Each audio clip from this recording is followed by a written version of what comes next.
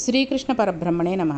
నిన్నటి పారాయణంలో మనం అంబారీషుడు ఏ విధంగా ఇంద్రియాలని మనస్సుని లోబర్చుకుని తన అదుపులో ఉంచుకున్నాడు అనే విషయాలని, ఇవన్నీ కూడా అతను గృహస్థాశ్రమంలో ఉండే చేయగలుగుతున్నాడు అనే విషయాలను గురించి మనం తెలుసుకుంటున్నాం. ఎవరో మహాత్ములైన వారు మాత్రమే గొప్ప గొప్ప సత్యాలను పలుకుతూ ఉంటారు. తత్వవిధానంద సరస్వతి ఒక సభలో ఒక మాట చెప్పారు. తీర్థయాత్రలు వయస్సులో ఒక స్థాయి వరకు చేయండి, తర్వాత పరమాత్మను మనసులో నిలబెట్టుకుని మానసిక దర్శనం చేయండి. ఏదో పొందేద్దాం అనుకుని తొందరపడి అందరూ సన్యాసాలు తీసేసుకోవద్దు. సన్యాసాశ్రమంలో ఉండడం చాలా కష్టం. అది పరమ పవిత్రమైన ఆశ్రమం. సన్యాసము తీసుకోనక్కర్లేదు, ఓహో అని తీర్థయాత్రలు చేయనవసరం లేదు. మీరు గృహస్థాశ్రమంలో ఎలా ఉండి తరించవచ్చో అలా ఉండి తరించండి అని ఒక సభలో చెప్పారు. ఎంత సమర్థత ఉంటే అలా చెప్పగలరో ఆలోచించండి. మనం తీర్థయాత్రలు చెయ్యాలి అంటే చాలామంది ఏమంటూ ఉంటారంటే, ఇప్పుడు తీర్థయాత్రలు ఏంటండి, రిటైర్ అయ్యాక చూసుకుందాం అనుకుంటారు. అయితే ఈ తీర్థయాత్రలు చేసేది ఒక వయసులో ఉన్నప్పుడే మనం తిరగగలం. రిటైర్మెంట్ వచ్చింది అంటే వాళ్ళకి 60 ఏళ్ళ వయసు వచ్చేస్తుంది. అప్పటికి వెళ్ళడానికి ఓపికలు తగ్గుతాయి. పిల్లల్ని అడిగి తోడు రమ్మంటే వాళ్ళు వాళ్ళ పనుల్లో ఉంటారు.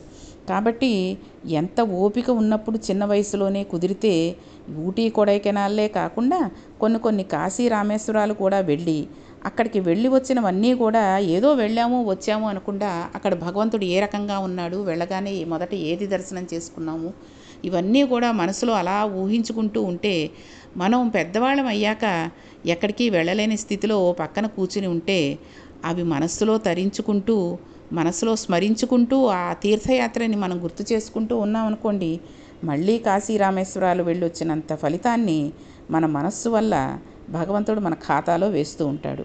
కాబట్టి ఏవో తీర్థయాత్రలు చేసేసాము అని అనుకోకుండా జాగ్రత్తగా చేసి వస్తూ ఉండాలి. అలాగని మరీ సన్యాసాశ్రమంలోనూ ఉండిపోనక్కర్లేదు. గృహస్థాశ్రమంలో ఉండి కూడా తరించవచ్చు. ఇదే విషయాన్ని ఆ మహాత్ములైనటువంటి తత్వవిధానంద సరస్వతీ స్వామి వారు ఒక సభలో చెప్పారు. ఇలా పరమ పవిత్రమైన జీవితాన్ని గడుపుతున్న స్థితిలో అంబారీషుడు సరస్వతీ నదీ తీరంలో అశ్వమేధ యాగాన్ని చేశాడు. దానికి వశిష్ఠాది మహర్షులు వచ్చారు. ఈ మహర్షులందరినీ సేవించాడు.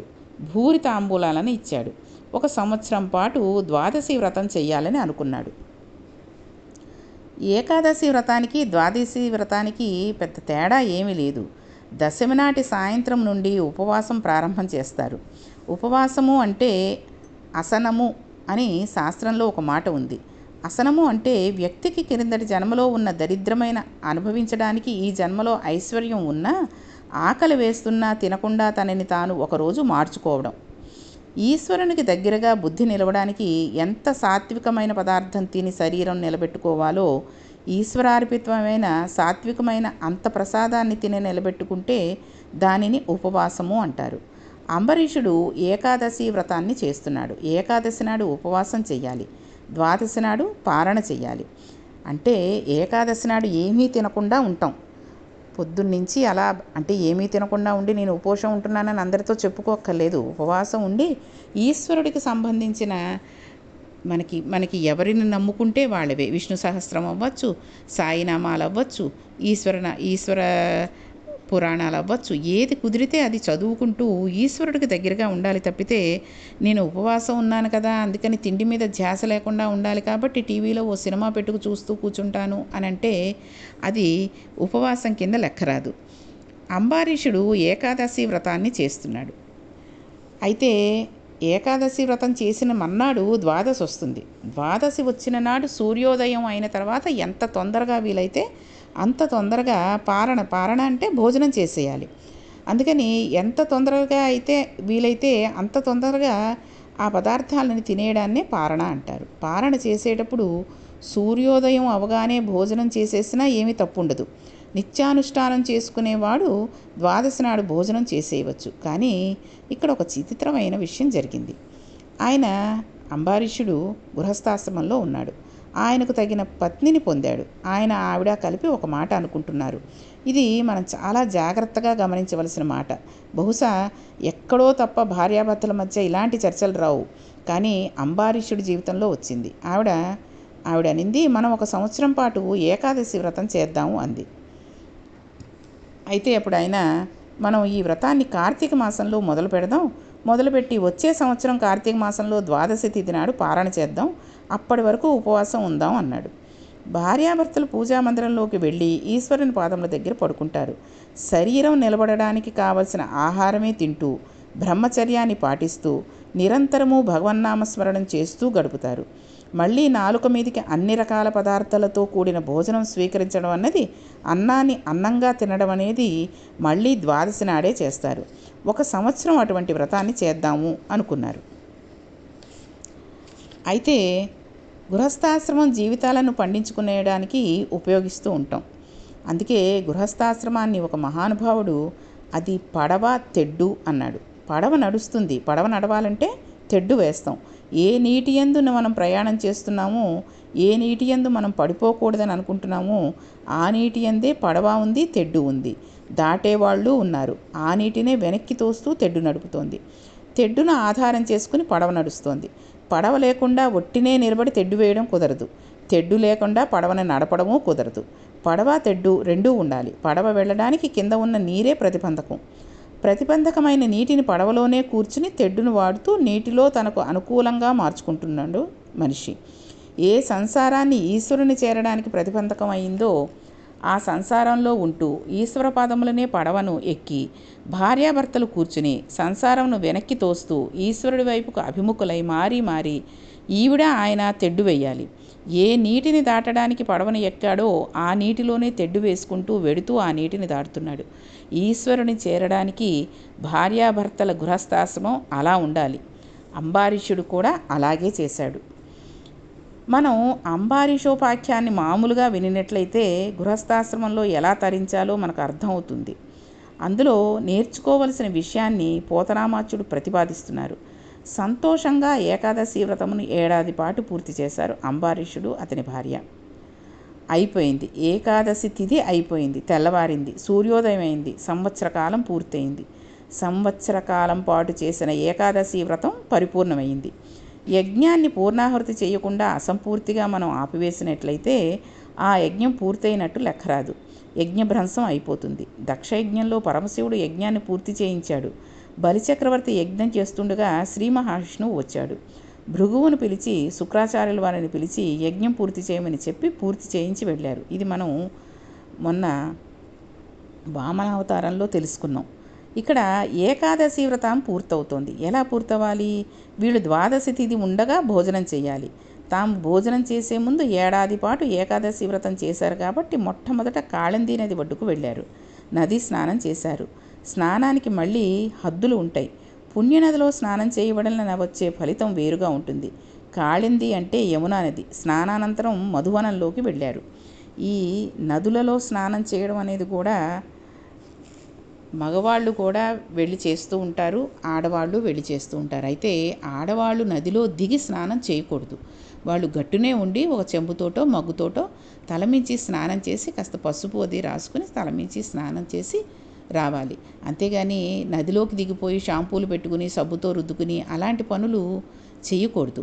మగవారు కూడా వాళ్ళు వెళ్ళి 3 మునకలు బొటనవేళ్లతోటి చెవులు మూసుకుని మధ్యవేలుతోటి ముక్కు మూసుకుని 3 ములుగులు మునిగి అంతే వచ్చేయాలి. ఒళ్ళంతా తడిసిపోతుంది. అంతేగాని అదే పనిగా అక్కడ కూర్చొని ఈతలు కొట్టుకుంటూ వాళ్ళు వచ్చారా వీళ్ళు వచ్చారా అని చూసుకుంటూ నేను ఇంత దూరం వెళ్ళాను, నువ్వు అంత దూరం వెళ్ళావు అనుకుంటూ అలాగ చేసే స్నానం నదీ స్నానం అవ్వదు. కాబట్టి నదీ స్నానం చేసేటప్పుడు కూడా చాలా జాగ్రత్తగా చేయాలి. ముఖ్యంగా ఆడవారు నదిలోకి దిగి స్నానం చేయకూడదు. కాబట్టి వీళ్ళు ఏడాది పాటు వ్రతం అయిన తర్వాత కాళింది నది దగ్గరికి వెళ్ళి స్నానం చేశారు. పుణ్యనదిలో స్నానం చేసిన తర్వాత మధువనంలోకి వెళ్ళారు.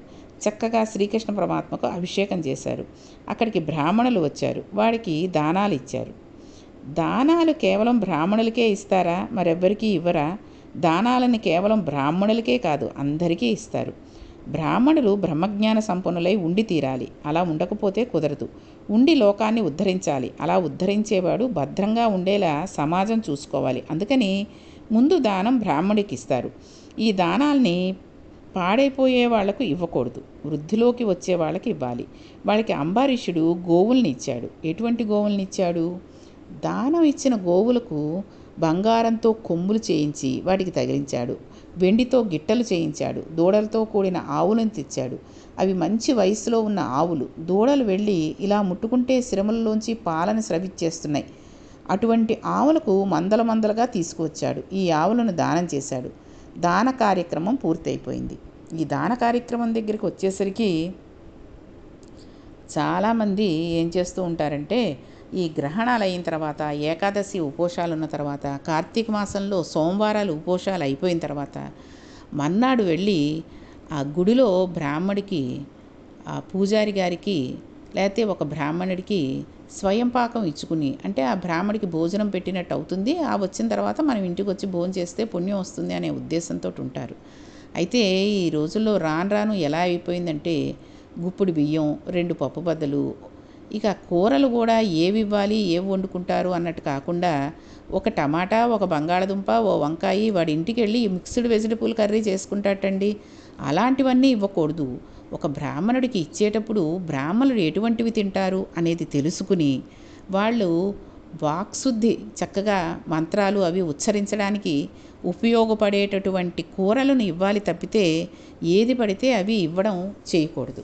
అవి కూడా ఒక బ్రాహ్మణుడికి ఇస్తున్నాము మనం స్వయం పాకంగా అంటే, అతను అతని భార్య తినేటట్టుగా ఇవ్వాలి తప్పితే ఏదో కాస్త ఇచ్చేసాము, ఆ రోజు మనం ఏదో చేసేసాము అని వస్తూ వస్తూ 10 మందికి వరుసగా, నేను నిన్న ఏకాదశి ఉపోషం కదండి, వాళ్ళ స్వయం పాకం ఇచ్చుకుని వస్తున్నాను.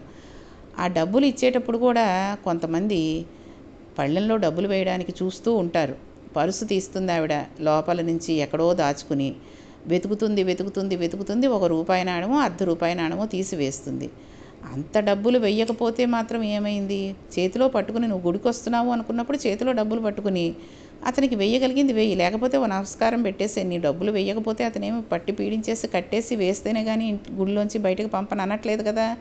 కాబట్టి మనకి వీలైనంత మట్టికి ఒక మనిషికి దానం చేస్తున్నాము అంటే అతనికి ఉపయోగపడే వస్తువుని మనం దానం చేయాలి.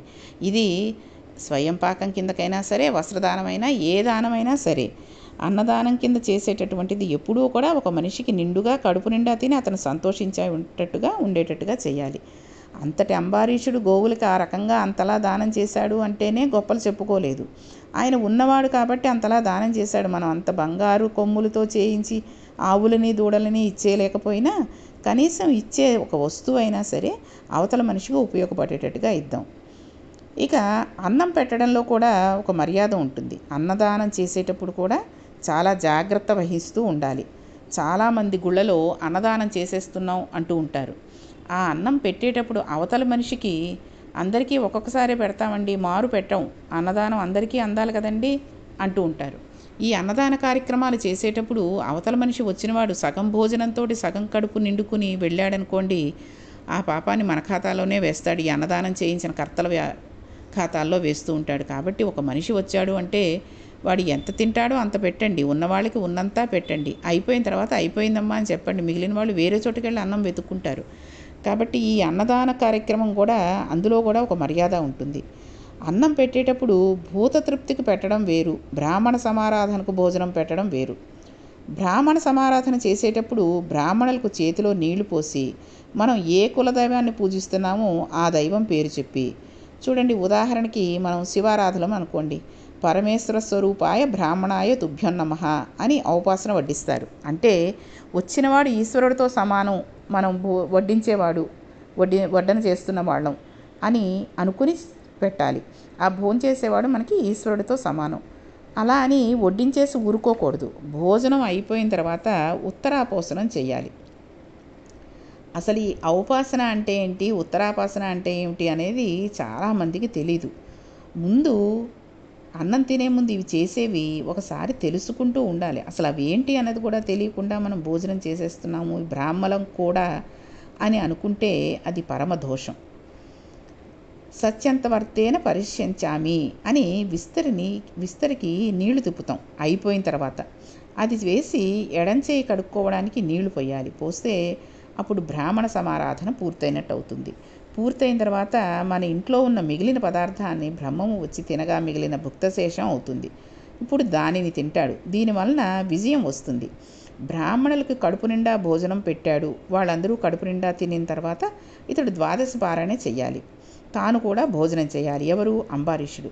అయితే ఇక్కడ ఇంకో ముఖ్య విషయం ఏంటంటే, ఈ రోజుల్లో బ్రాహ్మణులకి భోజనం పెట్టిన తర్వాత ఆ విస్తర్లు తీయడానికి చాలామంది విసుక్కుంటున్నారు. పనివాళ్ళ చేత తీయించేస్తున్నారు. ఇప్పుడు తద్దినం పెట్టారే అనుకోండి, బ్రాహ్మణ సమారాధన చేశారే అనుకోండి, ఇటువంటివి చేసినప్పుడు బ్రాహ్మణులు కింద కూర్చొని ఆ అరిటాకులో అన్నం పెట్టి భోజనం అయిన తర్వాత వాళ్ళు లేచి వెళ్ళిపోతారు.